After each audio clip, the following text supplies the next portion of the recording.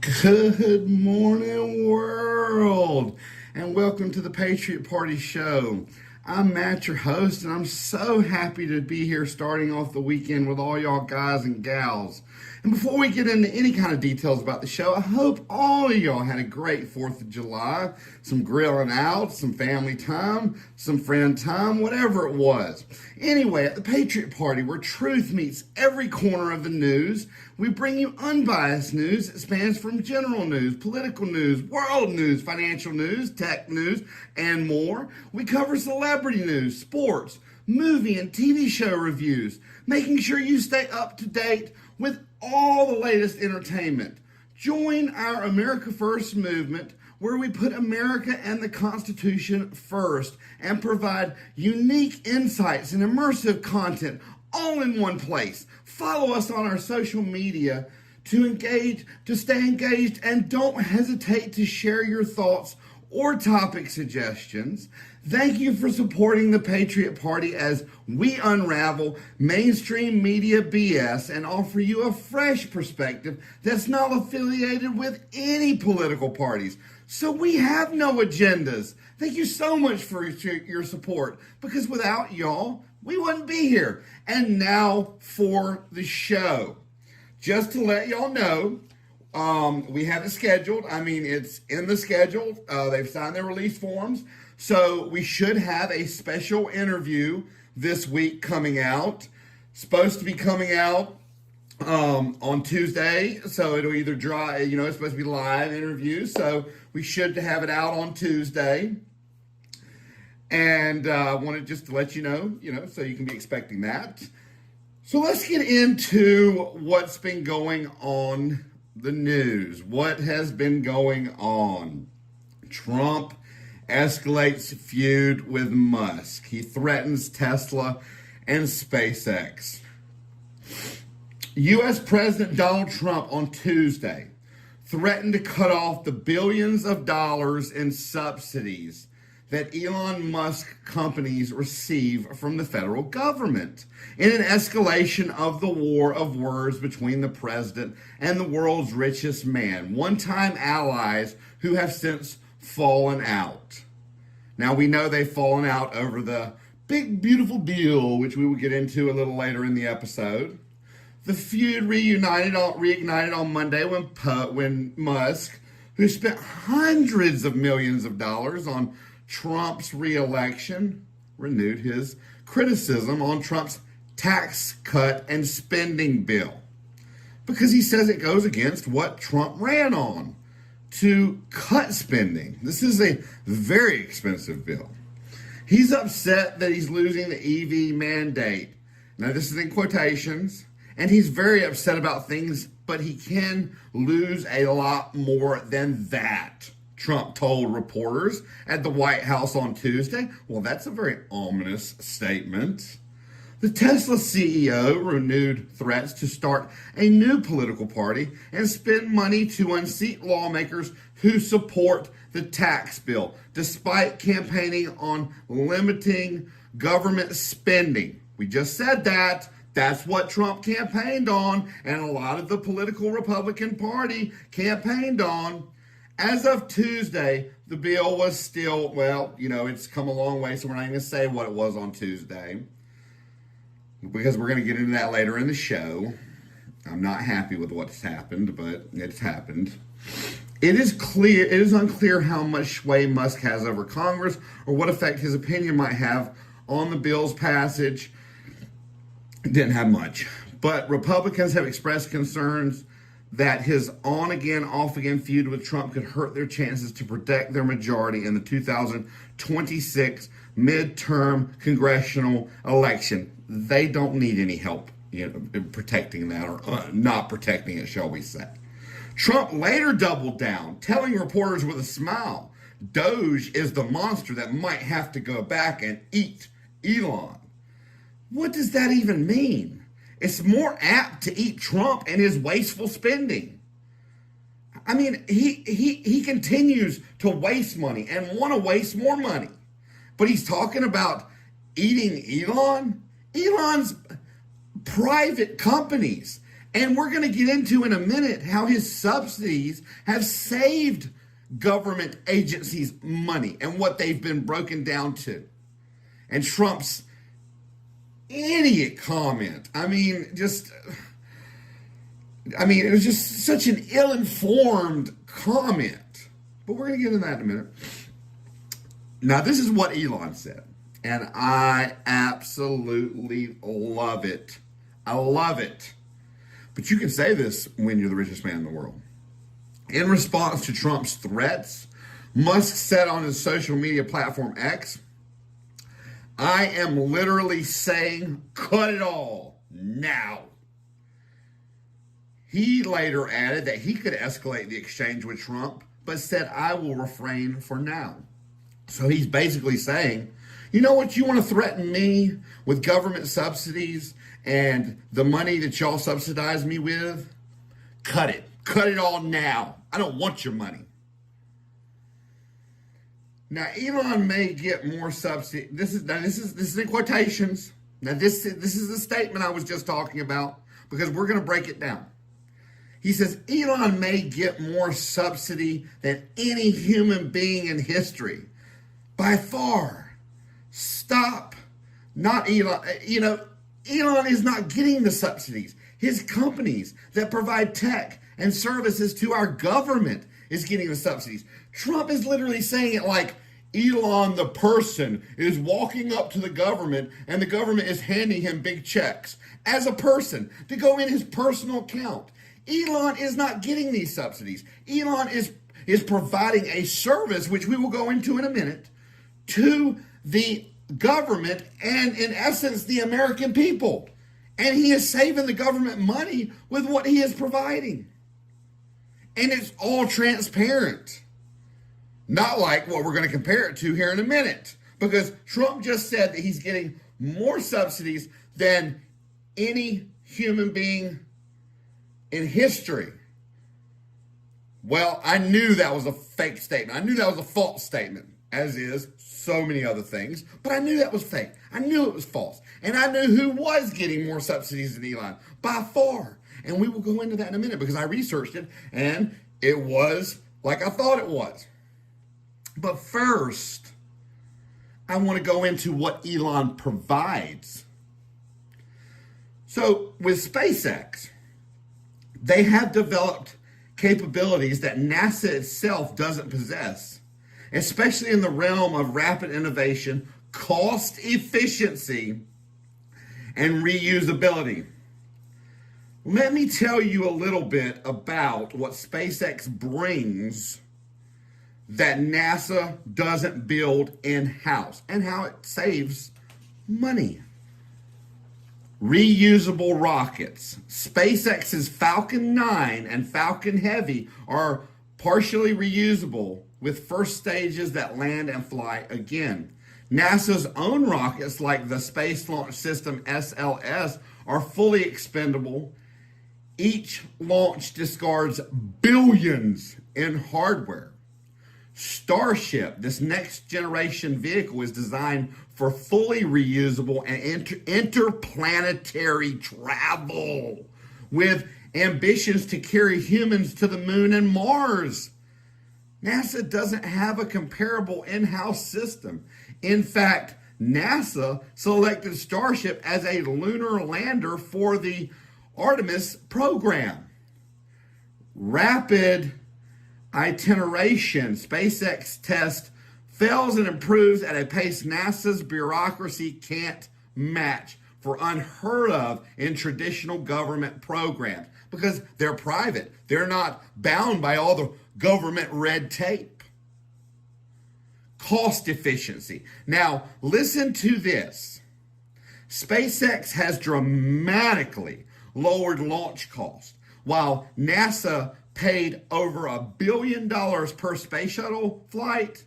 Falcon 9 launches cost NASA around $100 million, and that includes profit margins. So he is literally saving them $900 million. We might as well say $1 billion per launch. But Trump, being the all-knowing that everybody wants to say is smartest, best dealer on the planet, literally makes the statement that Elon gets the most subsidies, not his company. And he goes on. He goes on here in a minute to make an even more idiotic statement. It's because the thing is, in my research, I found between NASA and SpaceX, it's not a competition, it's a collaboration. NASA isn't trying to outpace SpaceX in rocket development. Instead, is partnering with commercial companies to focus its own resources on deep space science, planetary exploration, and a long-term strategy. Think of NASA as the visionary and SpaceX as the builder. But listen to what Trump has to say. Listen to this.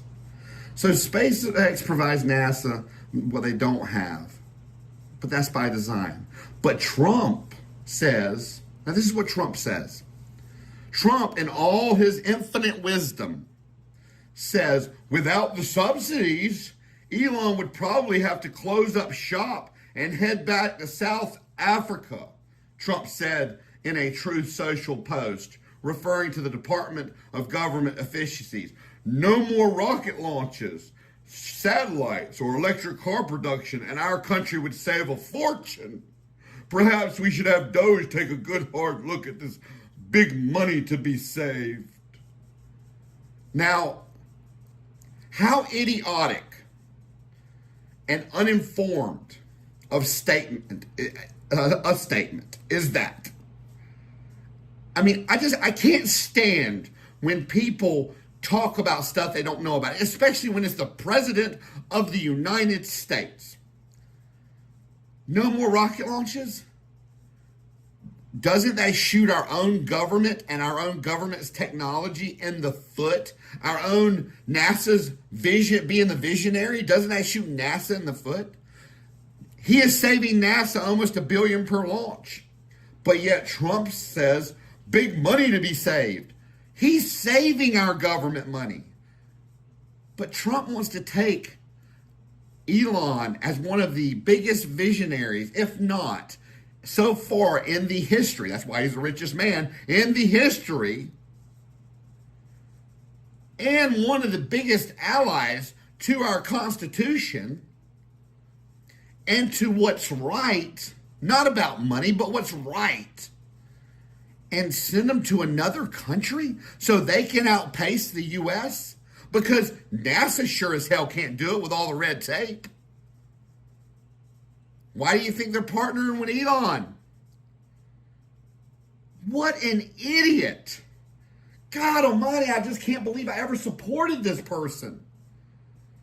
How could I have been duped into thinking he had changed? Or, oh, well, the media was so much against him the first time. Well, there was little inklings of the truth. Or the books I read were so wrong, they were done by liberal. Well, there was some truth there. But you know what? He's a different person, a different president with a different agenda because he knows, hey, I'm not going in again, so I can do whatever the heck I want to do than he was last time. He doesn't have what's best for the conservative party. I don't think he's got what's best, the America First agenda. It's so haphazard. One thing he does is good, and one thing he does, or two things he does is bad. Who makes a statement like that? You know, you don't even know. You don't even know what Elon does, probably. Because you can't by saying, no more rocket launches, when no more satellites. When Elon's satellites are what helps hurricane victims for free. He offers a service for free. It's what helps them stay in touch and around the world when natural disasters hit.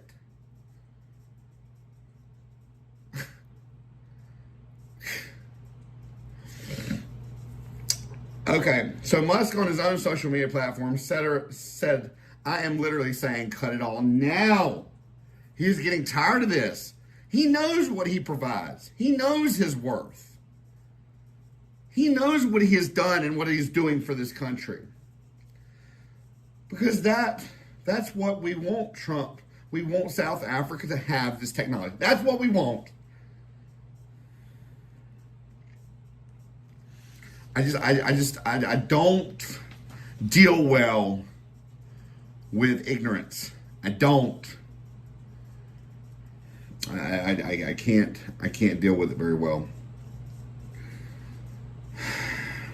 But if you notice, I've said this on episodes before, the really, really smart people, they're not around Trump anymore.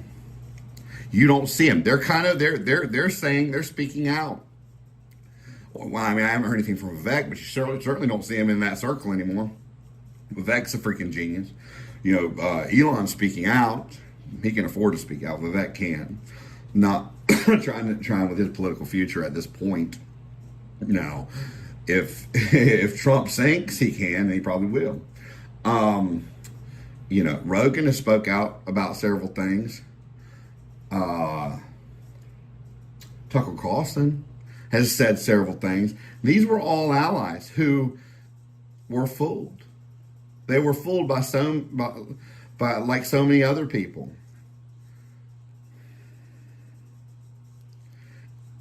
And they're distancing themselves. But it's so bad because the media feeds the media frenzy feeds this false information. And we're going to go into it here on something the White House secretary did with making false statements, and how I actually researched about the media, why and how and all that kind of stuff.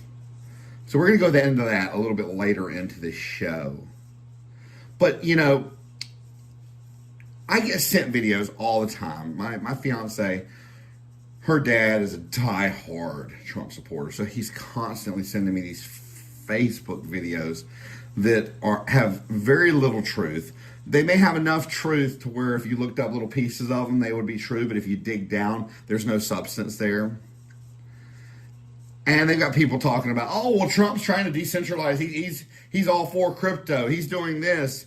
He's doing that. He's pushing for, this or that. Well, he's not trying to decentralize the dollar. He is pushing to, like, we have some gold put up for the country to put some crypto back. But there is that's not for the public. That's not for, hey, let's decentralize our money. That is actually, if you rewind time before Trump stepped into the position of being president, he and his family, his whole family, or at least all his sons, I don't know about Ivanka, opened up a very large crypto business. Now, I don't know the ins and outs of the crypto business, like how it's structured, but I do know that, like, his son Barron, who at the time was 17, he's probably 18 now, had his own token. So if the U.S. were to, let's say, buy a whole bunch of Bitcoin to put in reserve, which I think is a bad idea because it's so volatile, but let's say if they did, Bitcoin prices would skyrocket.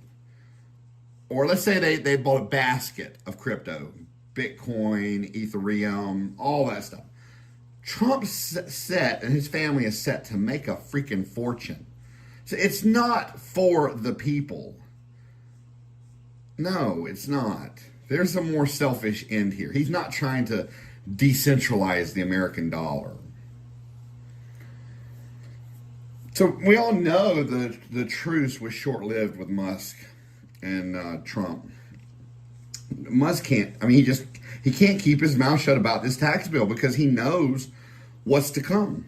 He knows, and we're going to get into it later, what a lot of the economists say, what I actually agree with. And we're actually on the same page.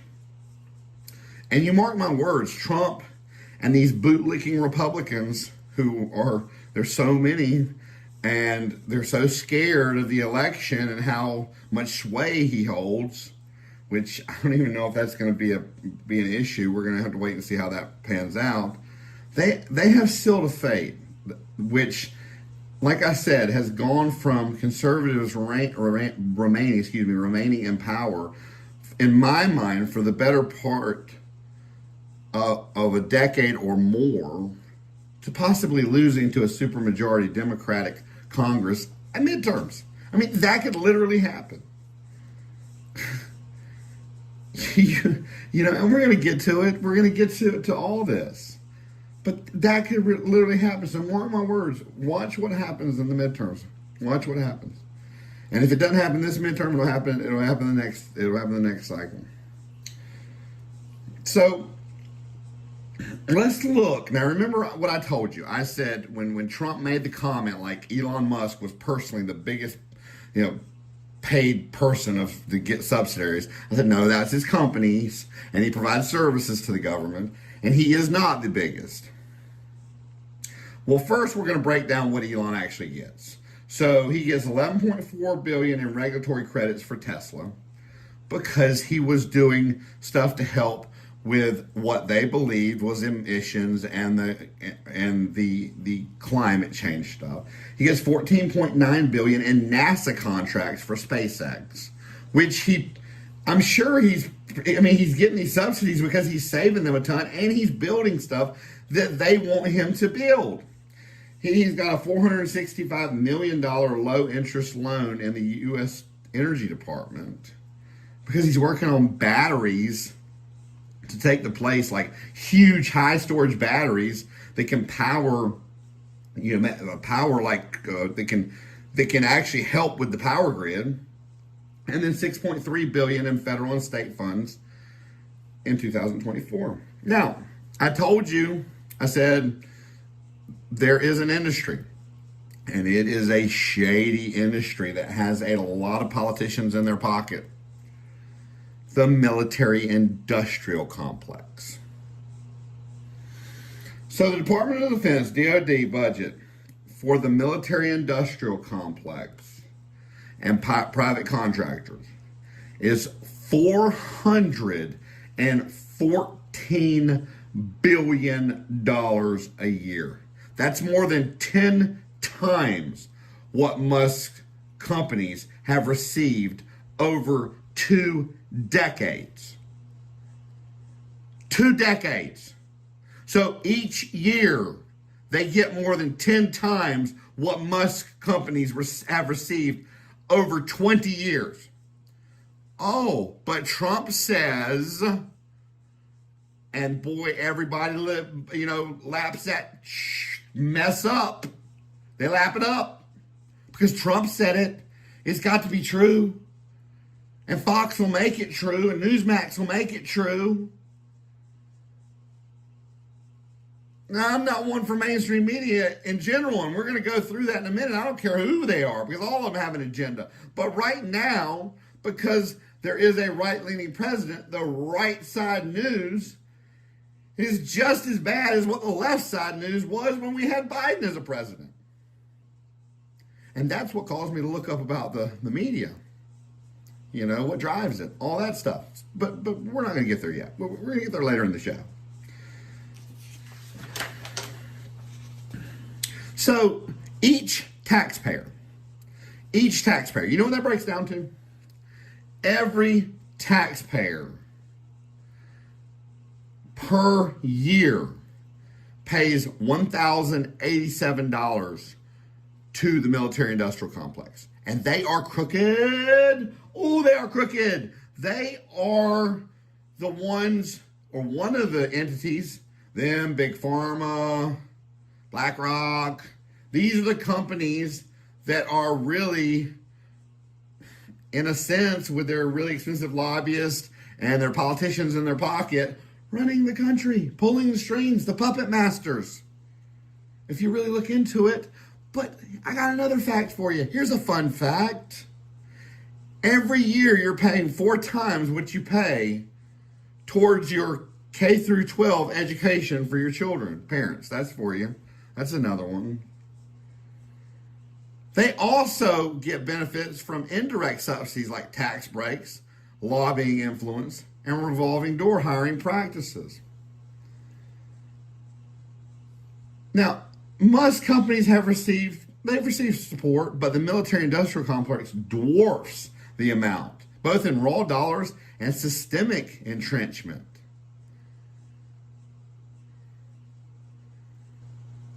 Musk may be the most subsidized individual entrepreneur, but it's his companies, which are, you can't say Musk, because when you incorporate, they are their own entity. They are their own entity. And when they're public, now some of them are private, but whatever. You know, when they're public, they have a board of directors and all that stuff. But private or public, when you have a legitimate corporation, it gets a TIN number.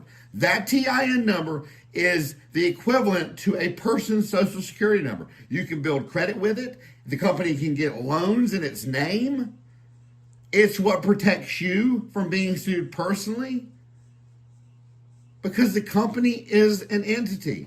So you can't say Musk when, you can't do it. And the defense sector is the most subsidized industry, period, by far. Oh, let me get a sip of water, because, man, that was a lot to take in. And it just, God almighty, it just keeps me riled up. Because I don't suffer fools well. And that's some foolish stuff that Trump's spitting out.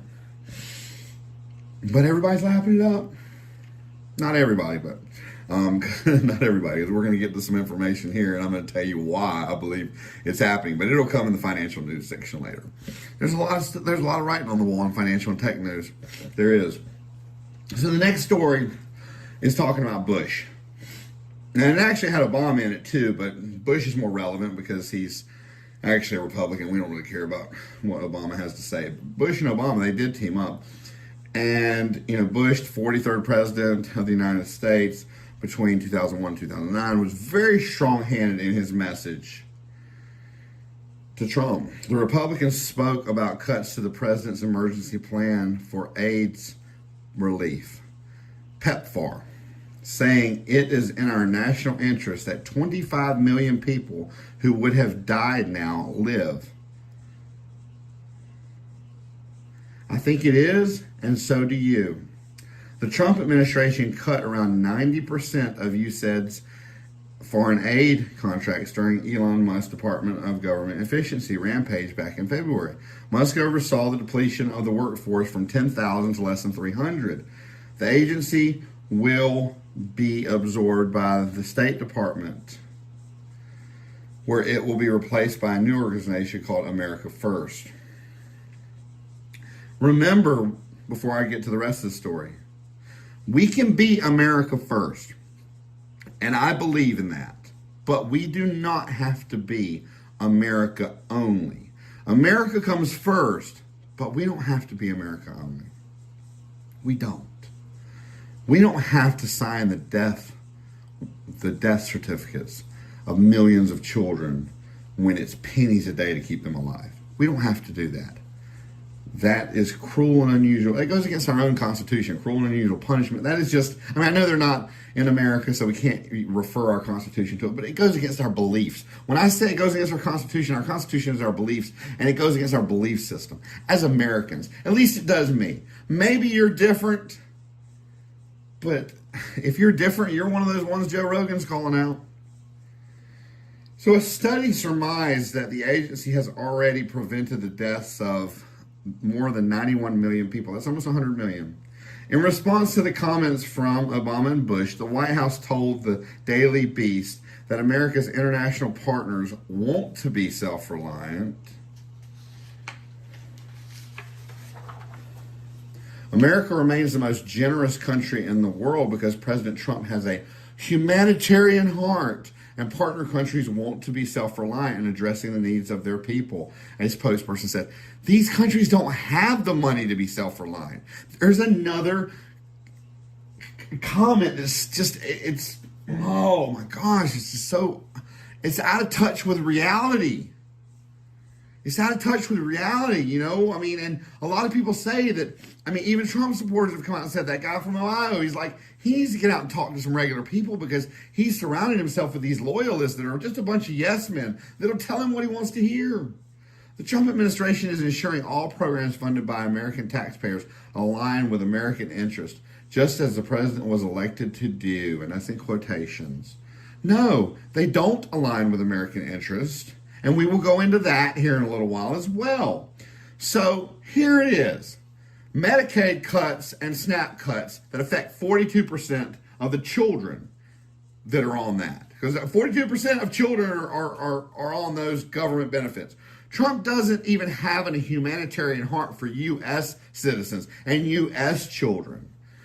We could have stopped the fraud and cut the cost of USAID without signing the death certificates of 14 million people in the next 5 years, and a lot being children, and 4.5 million being children under the age of 5. Bravo, Trump. You know what? Maybe they'll label you the baby killer, because there are some numbers for you. But you don't see that on the news, or at least the news as I see. But those are some numbers. Look them up. Fact check me, please. So everybody wants to talk about manufacturing in the U.S. Yeah. Trump, manufacturing in the U.S. But then, when companies try to do it, nobody pays the higher prices. But everybody, oh yeah, made in the U.S., but nobody pays the higher prices. Now I have read about multiple companies, small businesses that are being affected by these tariffs, that are trying to do America, made in America, and hoping that people will get behind that. And none of the companies, now these are in different sectors, and none of the companies will do it. Let me tell you what's happening. So not only is everybody saying that citizens, you citizens, and I'm talking to a bunch of, I'm not talking to everyone, but I'm talking to a bunch of this ultra MAGA, dark MAGA, whatever you are, saying, yeah, we'll buy made in America. We should do tariffs so they have to make everything in America. You people that want to sit there behind your computer and troll everybody, and then you don't even back up what you're trolling people about. You're a bunch of hypocrites. A bunch of hypocrites. So not only are the customers refusing to pay more, not only are they not paying more, but the stores are refusing to pay more if the suppliers try to pass off. And I mean, we're talking about some things that only are going up, trying to go up 4 cents. Just 4 cents to absorb some of the cost. Hey guys, let's split it. Let's just go, you help me. The stores won't even go up because guess what? Trump is attacking stores that go up on their prices. So this is hurting businesses, and it's hurting the small and mid-sized businesses when it's actually supposed to be stimulating. These are going to put these businesses out of business. These are going to make them have to lay people off and cut costs. I had to restructure one of my businesses and send out a mass email saying you can no longer purchase this way. We're having to cut this way out and go around and do things this way due to rising costs of importing products to manufacture our product. We can no longer, we're having to cut corners any way we can so we can keep the price and the quality the same for our customers. I've had to do it. Just had to do it yesterday. So I know what these companies are going through. But you know who doesn't know what these companies are going through? All these hypocritical freaking people who go to work and watch Fox and sit here and spew what Trump says and spew hate on social media towards people who are actually calling what's going on, who know what's going on because they own businesses, because they understand economics. but Trump's not saying it. So they're spewing this freaking propaganda that Trump's spewing, that Fox is spewing, that Newsmax is spewing, and guess what? They don't know what they're talking about. They're a bunch of hater trolls trolling social media. And we're going to get into the media, like what makes it tick and why it's misleading. We're going to get into that in a minute. We're going to get into it in a minute. So you're going to know why you troll. So I do urge you to stay tuned because it's going to tell you, I'm going to break down why. I researched it. You know I have an inquiring mind. I don't want to just tell you something, even though the facts back it up. I want to basically paint a picture in your mind's eye why this is what you do, what you do. You know, I want you to know. But Trump says the big beautiful bill will allow people to fully expense equipment investments. Now,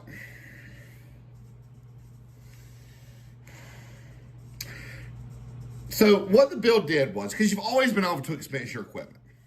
Because I had to research it. I'm like, fully expense equipment. When I owned large companies back in Charlotte, North Carolina, before I moved to Louisiana to take care of my aunt, I expensed equipment, but you had to depreciate it over a 5 to 7 year, depending on what the equipment was, depending on what the company was. And so you depreciated it. I think you could depreciate it up to 50% the first year, and then you depreciated the rest over a period of 4 to 6 more years. Now, this allows you to depreciate it all in 1 year, which is helpful. But here is the thing. Tariffs are a cost. So they hit me, boom, when I'm trying to manufacture my products, when I'm trying to get in the stuff that I need. Expensing is a tax benefit that is only profitable if I have the capital to invest in assets. It doesn't help if I'm struggling and I can't expand. So if I'm having to pay all this money up front for tariffs, I don't have the money left over to pay to expand and buy new equipment. So the expensing tax benefit doesn't help me a lick. So while full expensing can soften the blows of tariffs, it doesn't cancel them out, especially for, guess what, small and mid-sized manufacturers who do not have the cash flow to invest big up front. And these are the bedrock of the U.S. But these aren't the people. These are not the people that are on Trump's mind. The people and the businesses and the companies and the corporations that are on Trump's mind are the multi-billion or trillion-dollar corporations. Those are the people. He says he's a man of the people. He says he's a man of the people, and he's all for small business and the middle class. So my question to Trump about trying to say expensing cancels out tariffs when they are two completely different things is, what do they have to do with what does that statement have to do with all the tea in China? What does it have to do? They're apples and oranges. Now, we get to some more misinformation. Man, I really wish I could report something good about this guy. But I'm telling you, over the past, oh my gosh, I'd have to go look it up. It's got to be 10, 11 weeks. I don't know. I mean, he did good for like a month or two, and then off the rails. So I don't know how many weeks it's been, but he's been off the rails for a minute. So Iran has hidden sites housing hundreds, if not thousands, of advanced centrifuges capable of producing weapons-grade uranium, and they took a bunch out of the sites. An expert on Iran's nuclear program had said the regime also moved much of its highly enriched uranium to secret locations before the U.S. was able to bomb the Islamic Republic's 3 known nuclear sites they added. It means Tehran could have the capabilities to build a nuclear bomb, said Saima Shine, an expert on Iran's nuclear program, who has worked with the Israeli military establishment for more than 30 years. So Israel Israel, an expert in the Israeli military, is saying this is what's going on. I mean, there was satellite imagery days before the bombing. They showed unusual activity and bunches of trucks going and leaving, coming and leaving these sites. What do you think they had on them? What do you think these trucks were going and leaving? I mean, it's common sense. So it's like I said, when it happened, we spent tax dollars. Oh, okay, let Doge look at Trump. The Qatar jet he wants to turn into Air Force One instead of the contracts he's got with Boeing to build 2 Air Force Ones, cheaper than what he wants to turn a arguably terrorist state's gift into Air Force One that could have espionage chips on it. So Doge needs to look into Trump. But anyway, so this is like I said, we spend tax dollars to go over and get into a conflict we have no business in. Bomb pretty much empty bunkers, and the bombs don't even get down into the bunkers. They do a lot of top damage. Now, this is coming from intelligence, multiple country intelligence.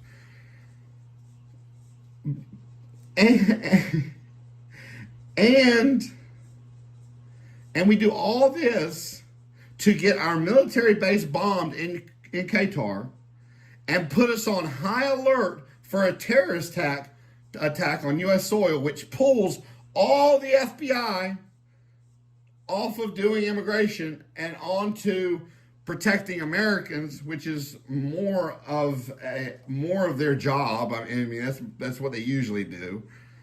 But I mean, it's pulled pretty much all of them. I mean, we'll go into that report here in a little bit. So it was all for nothing. It was all for nothing, and it was all risk with no return. Way to go, Trump, for completely obliterated. Yeah, okay.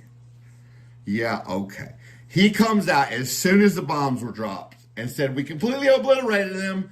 And, people in general were saying, whoa, it's too early to tell what we did. Not him. He stuck to the story.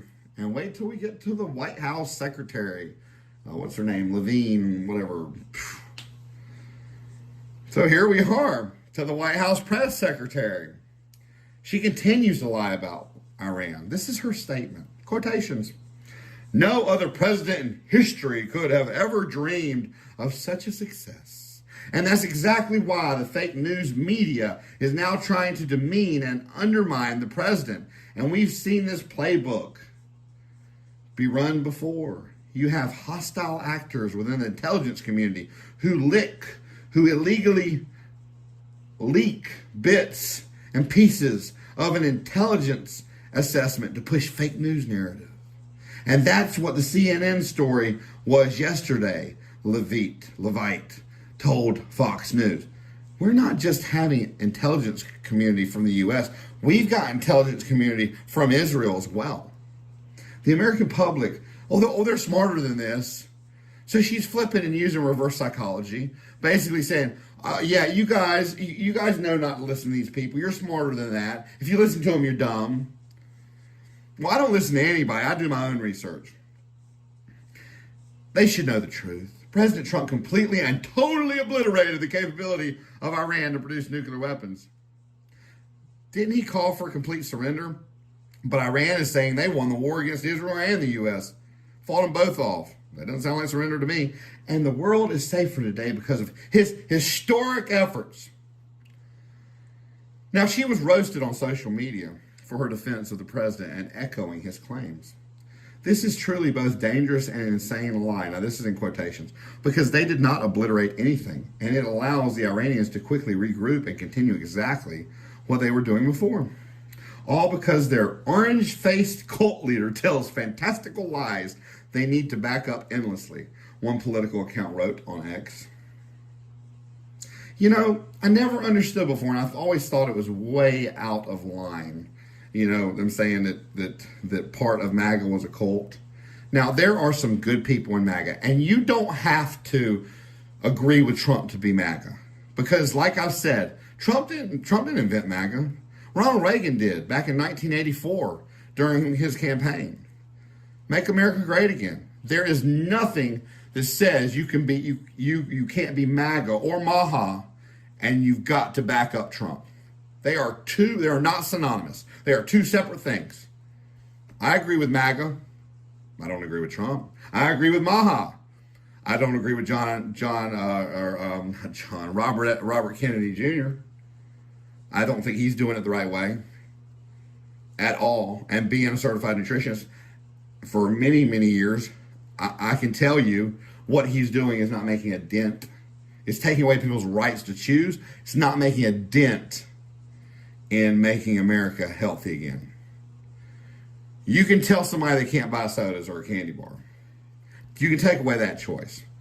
But if you go buy orange juice and you don't get the heaviest pulp they've got, which provides fiber to slow down the absorption or the insulin spike from the glucose, if you get just regular orange juice, your body handles that the exact same way as a Coca-Cola.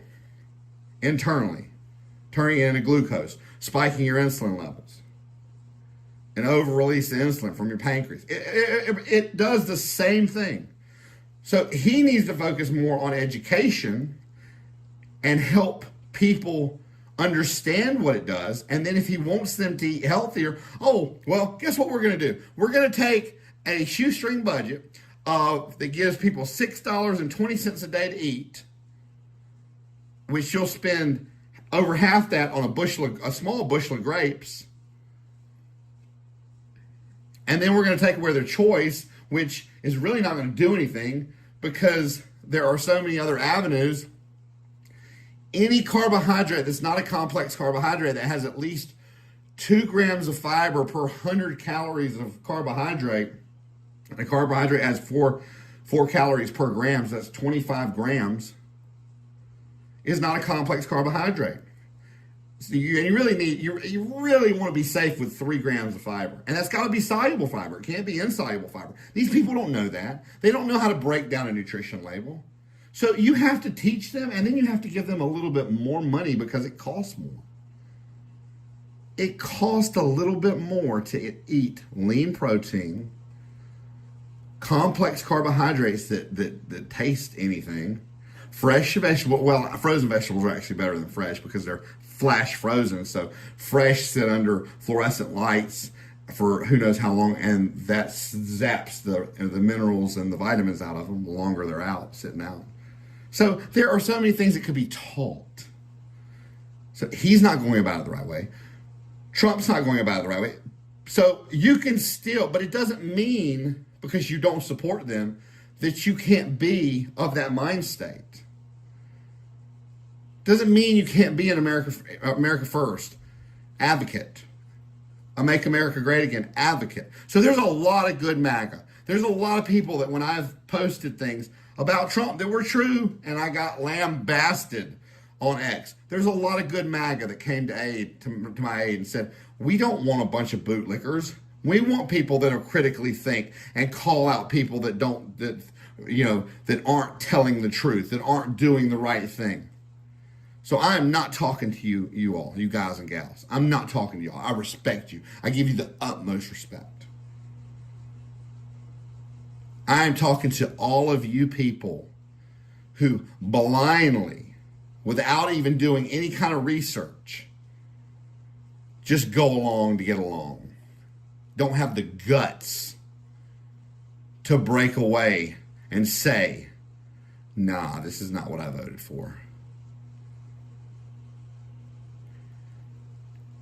Because I'll tell you when I said, no, I can't be a Republican, and I've told you this before, it's when Mike Johnson, who is my representative in my district of Louisiana, who I met and helped with Trump's campaign and got him messages through by having his personal information, met at my daughter's, one of her first jiu-jitsu tournaments at the Bossier City Civic Center. When he voted for patriots, Americans, but the FBI was doing it on patriots, to have warrantless spying without having to get a court order, a judge sign a court order. And it was tied 250 to 250, and he was the deciding vote. And he is a constitutional lawyer. And the intelligence communities got to him. He comes out after he said he was going to vote in the way of the Constitution, get a warrant. And he said he was going to vote no more money to Ukraine until we sealed our own southern border. Comes out and votes complete opposite of what he said. And then this is he said something similar to this. Well, y'all don't see the big picture. No, bud, there is no bigger picture than the United States Constitution. Sorry. That's when I separated myself. I extricated myself from that belief system and said, you know what, I can be a conservative. I don't have to be a Republican. So instead of going on raids, sources told Fox and NBC News, so we got a conservative and a liberal news, that the majority of FBI agents on immigration duty are now returning to the traditional roles to thwart possible threats from Iran and its proxies. Way to go, Trump, again, because we put our nose somewhere it didn't belong and we didn't do a daggum darn thing. So anyway, we're back to this press secretary. We had one guy, after that guy, lambasted on X, blasted or whatever you want to say. He said the New Republic staff writer, Greg Sargent, suggested that Levitt, whatever, made false claims because she knows she can get set up with a job at Fox after her role in the administration is over. So I looked into media misinformation on the left and on the right. Because, like I said, what I found is it goes in ebbs and flows. So when there's a president from the left, like Biden, the left media misinforms. To me, it looks like lies. But when there's one on the right, like Trump, the right media is doing the same thing. And I wanted to know why. Why does the media ebb and flow? So the first thing I found was the media and being like echo chambers. And it said it's true that many media outlets have clear ideological leanings. Some are progressive, some are conservative. And that influences how they frame the news. This isn't always about lying outright. Often it's what's emphasized, what's omitted, and how something is spun. Which, literally, if you emphasize something that shouldn't be emphasized, and you spin something, it can pretty much look like a lie. For instance, coverage of the same event might vary dramatically across MSNBC, CNN, and Fox News or Newsmax. Each might focus on different aspects or use different language, shaping public perception in subtle and sometimes not so subtle ways. Now, this is why it happens. Because media organizations are businesses. To survive, they rely on audience engagement and emotionally charged content, especially that which confirms existing beliefs, drives clicks, loyalty, and revenue. So this is literally like the clickbait, that the false information, the fake information that so many people on X that have all these followers are putting out there. Algorithms on social media platforms can further entrench people in what they call echo chambers, where they see more of what they already agree with and less of what challenges them, less of the truth. I think that's why people don't like me on X so much. So are we being misinformed? In many ways, yes. Selective reporting and partisan framing can distort reality. It doesn't mean that all journalism is fake or that facts don't exist. It just means we often have to work harder to get the full picture, which most people aren't going to do. They just don't have time. And most people will not have the open mind that it takes to at least hear other points of view. Now, this is what they say can help you. Cross-checking different sources with opposing views. Now, a lot of people aren't going to do this because if they don't like what they hear, they're not going to listen.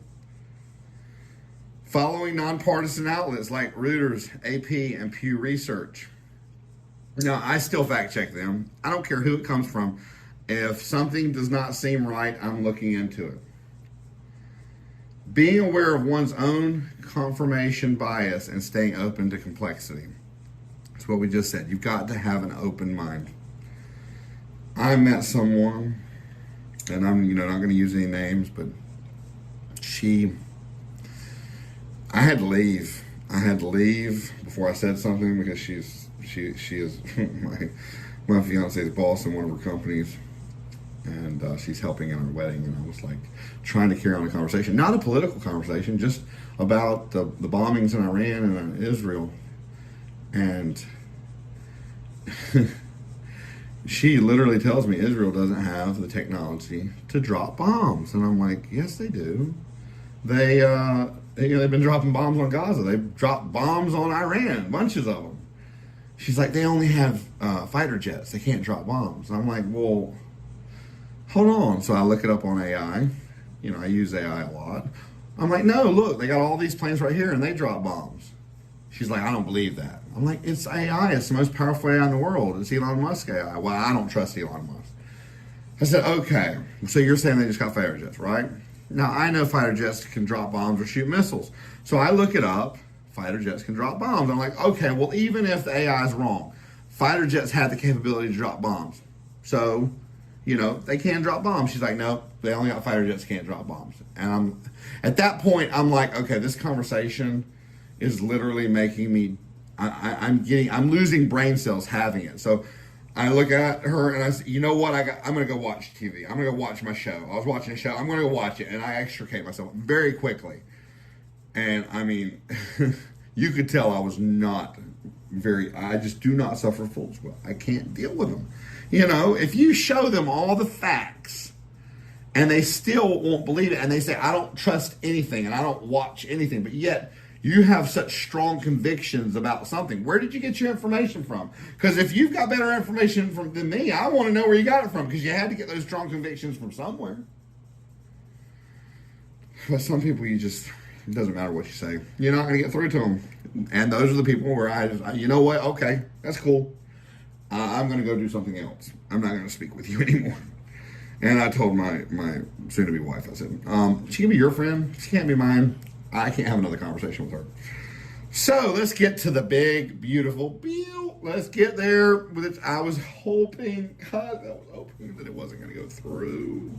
So in a 218 to 214 vote, the House passed the bill that came from the Senate, the one big, beautiful bill, a $3.4 trillion measure to extend tax cuts from Trump's first term and implement new campaign promises, such as eliminating, now see, they're using these breadcrumbs to sell it, eliminating income taxes on tips and overtime wages, but that expires in 3 years. It raises the country's borrowing cap $5 trillion. Let us get way more in, let's add so much more to the deficit when you campaigned and so many Republicans campaigned on cutting government spending and saving money.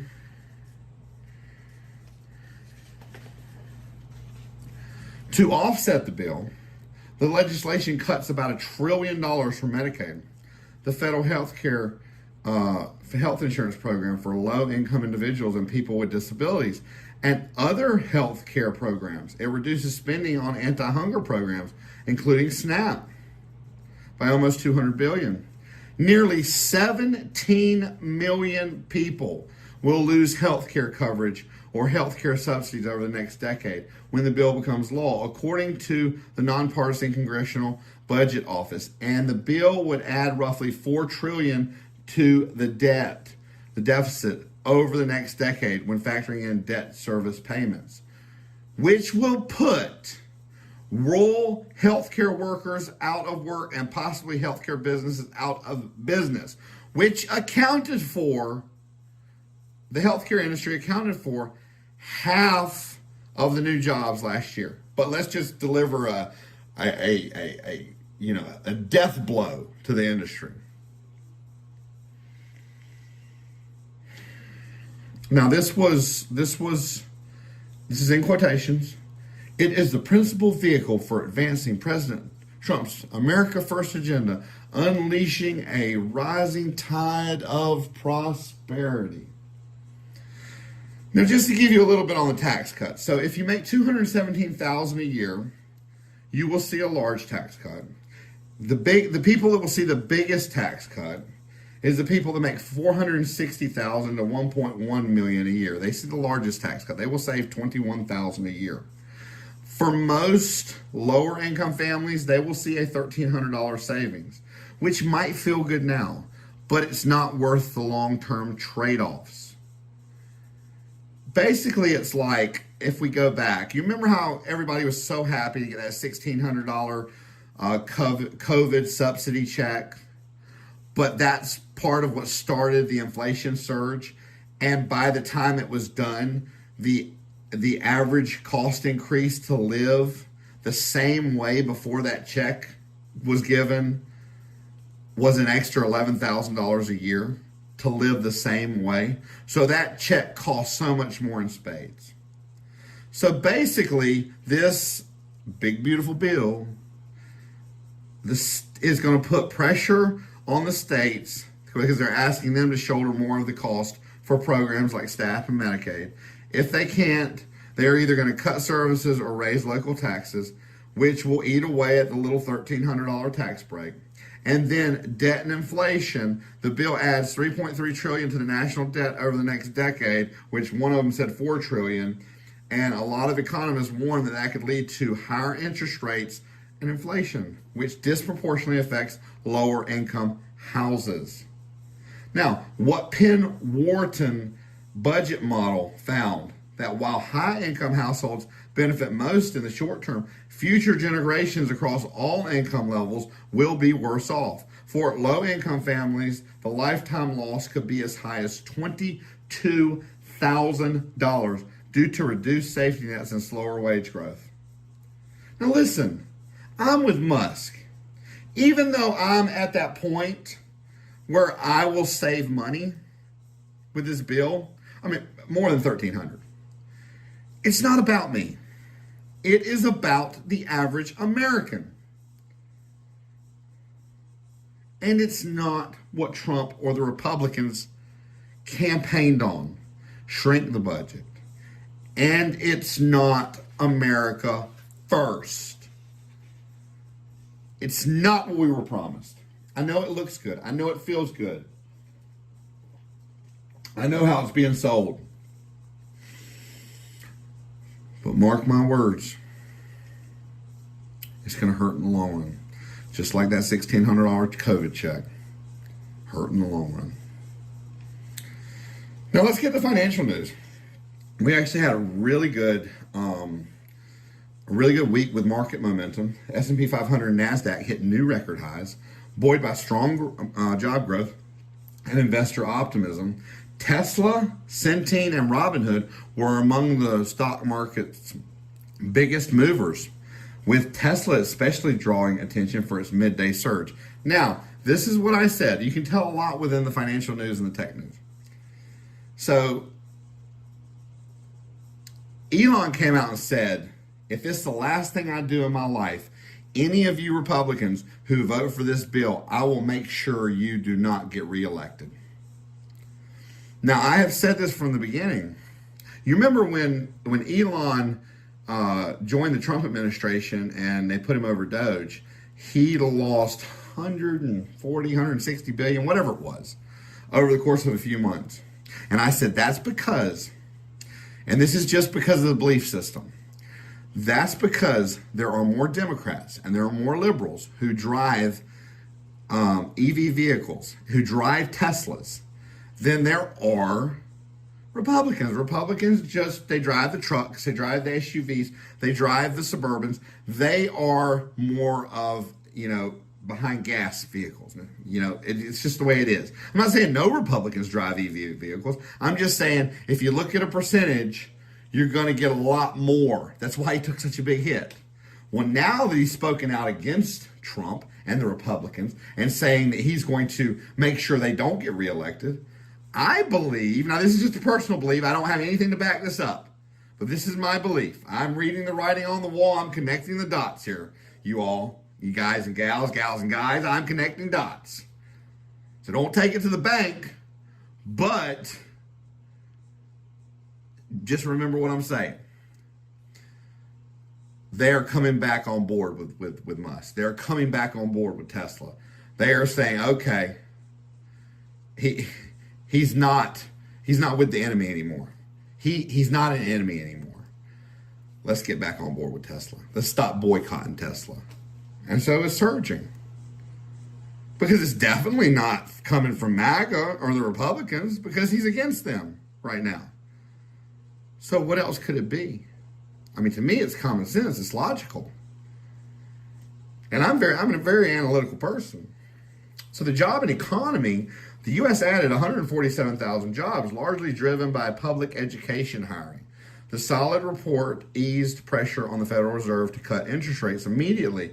Bond traders have scaled back expectations for a July rate cut, reflecting confidence in the economy's resilience. Banking and policy, Federal Reserve Chair Jerome Powell confirmed that the Fed would have already cut rates if not for ongoing tariff pressures.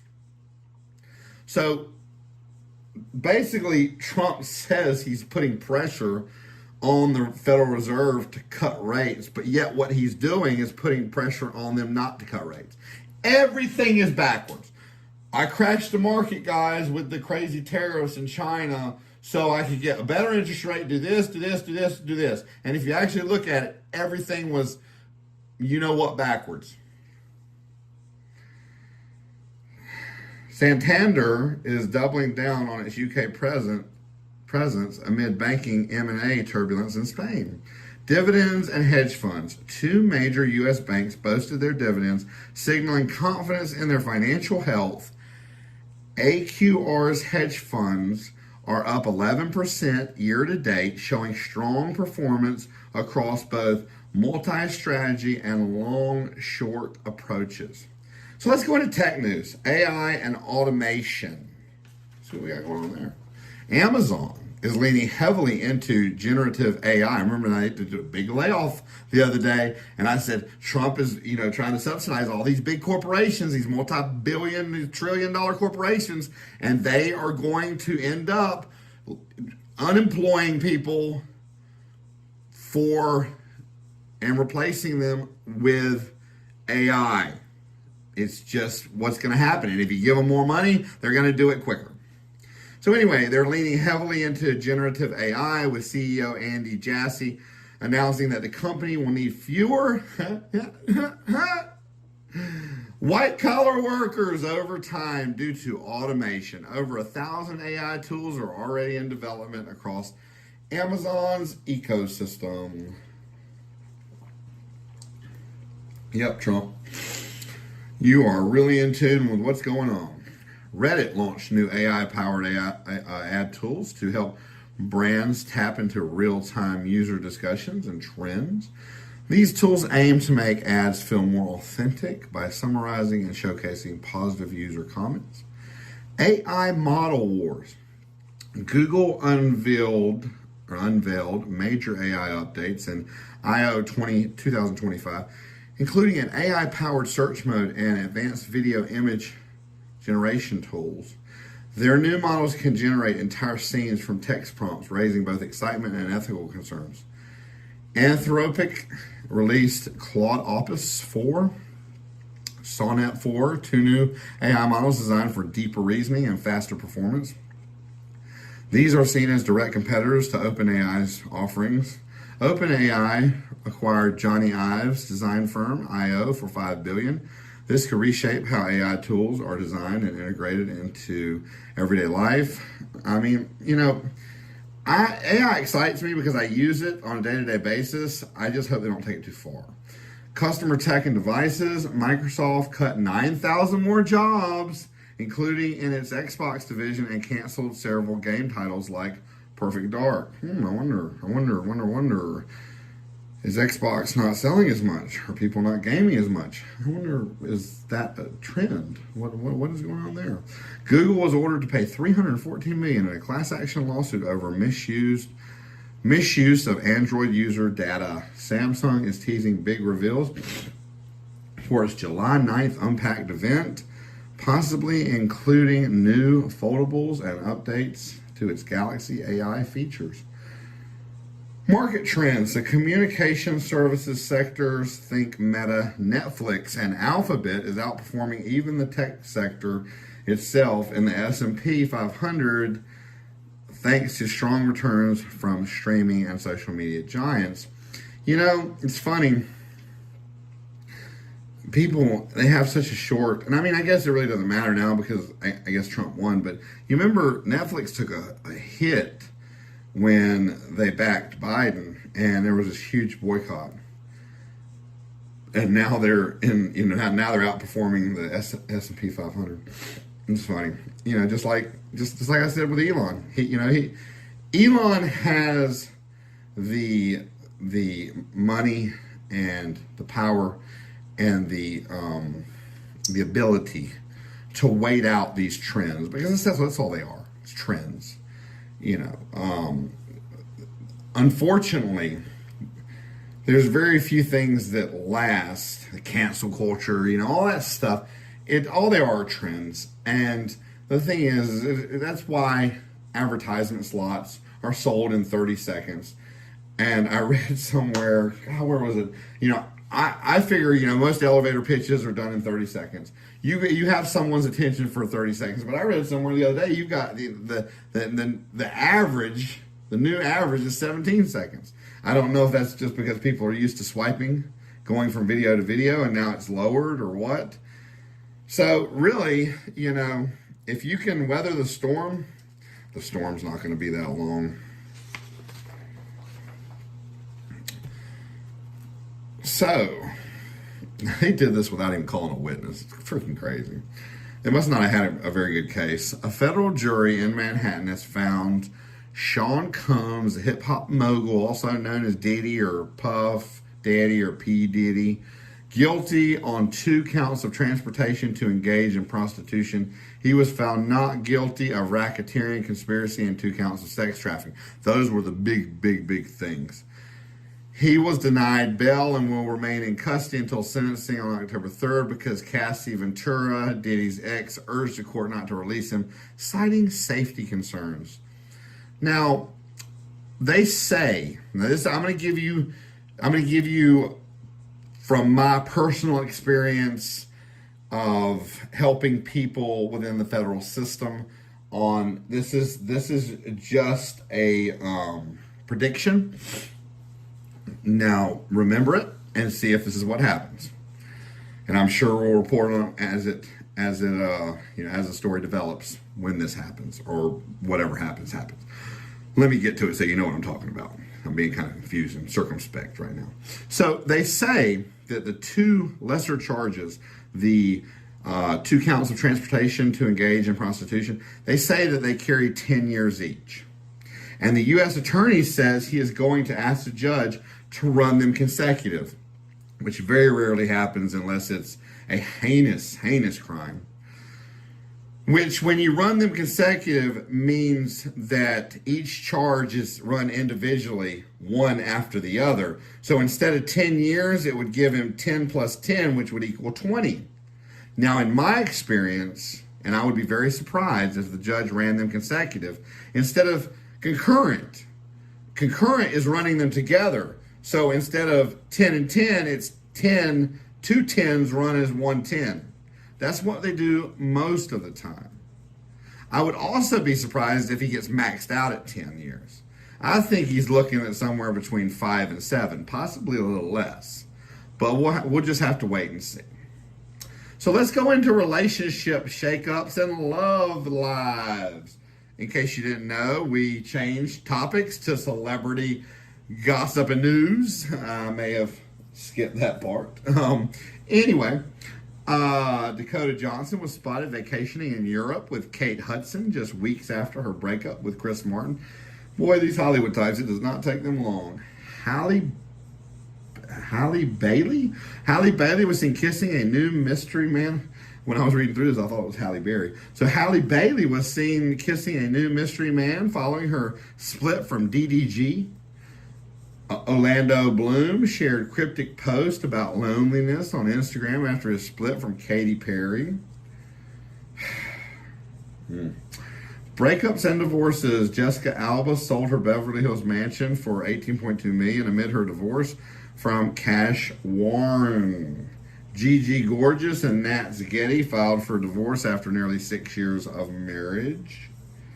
Fashion and fame. Vanessa Hudgens and Cole Tucker celebrated their baby's first birthday with a sweet throwback to their love story. Ariana Maddox spilled her Love Island USA fashion secrets, including her intense gym routine. Brad Pitt revealed which A-listers left him starstruck, and it's not who you'd expect. Now, in theaters now, Jurassic World, Rebirth. I didn't even know they had a new one coming out. Scarlett Johansson leads a new cast into this dino-packed reboot.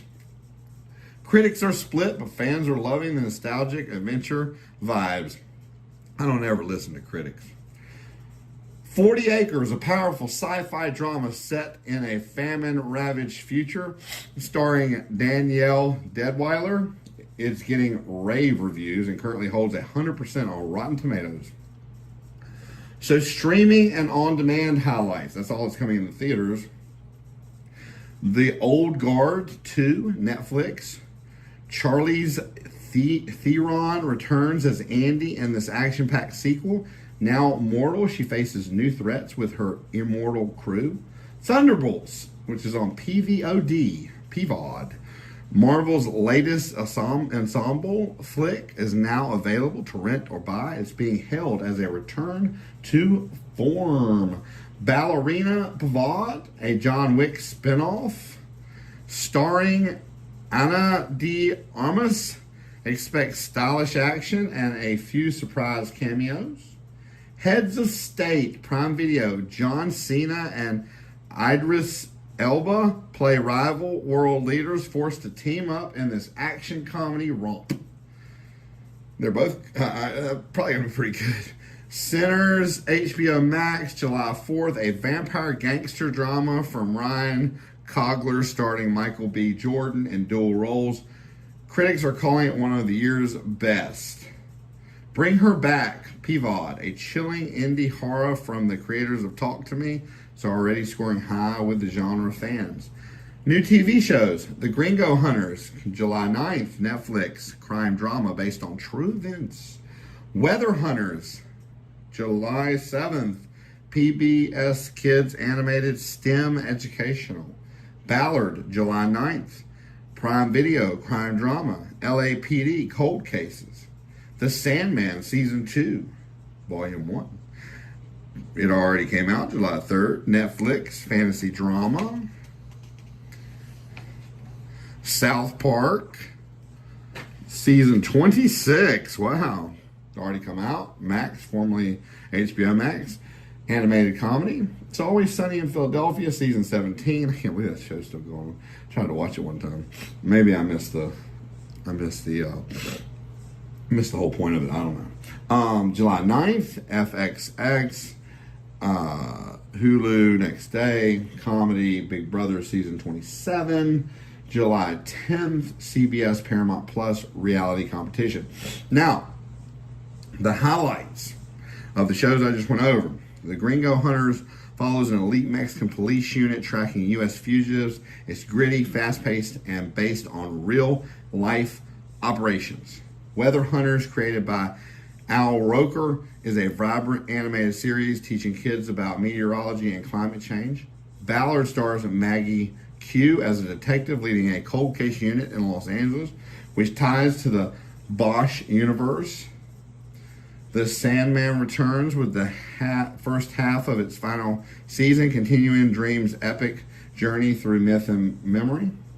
South Park and It's Always Sunny are back with new episodes that blend satire, absurdity, and culture commentary. Big Brother kicks off its 27th season with a summer of mystery theme, including a secret house guest and hidden passageways. Now, my pick of the week, A Working Man, came out this year. Jason Statham stars as Levon Cade, a former Black Ops soldier turned construction worker trying to live a quiet life, but when his boss's daughter is kidnapped by human traffickers, Levon is pulled back into a violent underworld to rescue her, unleashing his lethal skills in a gritty, high-stakes mission. Think Taken meets John Wick, with Statham doing what he does best, breaking bones and taking names. I enjoyed this movie thoroughly. Absolutely enjoyed it. You can stream A Working Man on Amazon Prime Video, on Apple TV, Fango at Home, and Vudu. Now, Amazon Prime is included with the subscription. On Apple TV, Fango at Home, and Vudu is available to rent or buy. And then MGM Plus if you have access through your provider. So that's the episode for the week. Like I said, we will be coming midweek with a special interview. It's going to be with a financial expert who is going to teach us how to take what we love to do and turn them into a side hustle. We all need a side hustle.